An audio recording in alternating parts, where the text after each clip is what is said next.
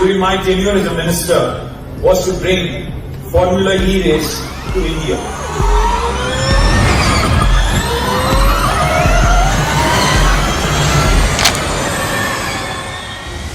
హైదరాబాద్ వేదికగా ఫార్ములా ఈ race motor sports నిర్వహణతో హైదరాబాద్ బ్రాండ్ వాల్యూ మరింతగా పెరగనుంది.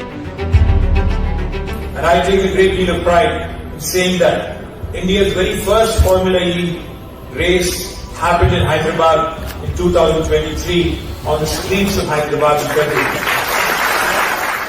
ఫార్ములా ఈ వాళ్ళు వీళ్ళ మీద కేసు పెట్టింది చెప్తలేరు, పైసలు అడుగుతుందని చెప్తలేరు, ఎందుకు రేసు పోయిందో చెప్తలేరు, ఆ పైసలు నిక్షేపంగా ఉన్నాయి, మొదటి 2 ఇన్స్టాల్మెంట్లు అక్కడనే వాళ్ళ దగ్గర ముట్టినాయి అని వాళ్ళు పంపిన రిసీట్లు చూపెడతలేరు, 3వ ఇన్స్టాల్మెంట్ మీరు కట్టలేదు కాబట్టి రేస్ క్యాన్సిల్ అవుతుందని చెప్తలేరు, ఆఖరికి FMSCI దగ్గర వచ్చిన పైసలు వాపస్ వచ్చిన పైసలు అవి తీసుకుంటందుకు కూడా వీళ్ళు ముందుకు వస్తలేరు. This is the fact of the matter.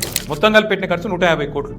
కానీ హైదరాబాద్ జరిగిన లాభం ఎంత అంటే ఇది నాది కాదు రిపోర్టు, నెల్సన్ అనే సంస్థ, ఇండిపెండెంట్ సంస్థ. ఈ ఫార్ములా ఈ రేస్ కండక్ట్ చేయడం వల్ల హైదరాబాద్ ఈకో సిస్టమ్కి అయిన లాభం 700 కోట్లు అని వాళ్ళు రిపోర్ట్ ఇచ్చినారు.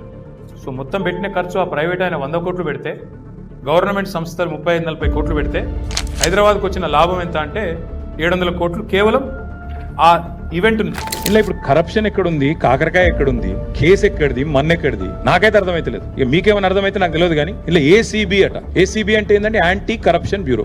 కరప్షన్ లేనప్పుడు ఏసీబీ ఎడికి వస్తుంది? ఏం కేసు ఇది? అది మెడకాయ మీద తలకాయ నోడు పెడతాడా ఈ కేసు?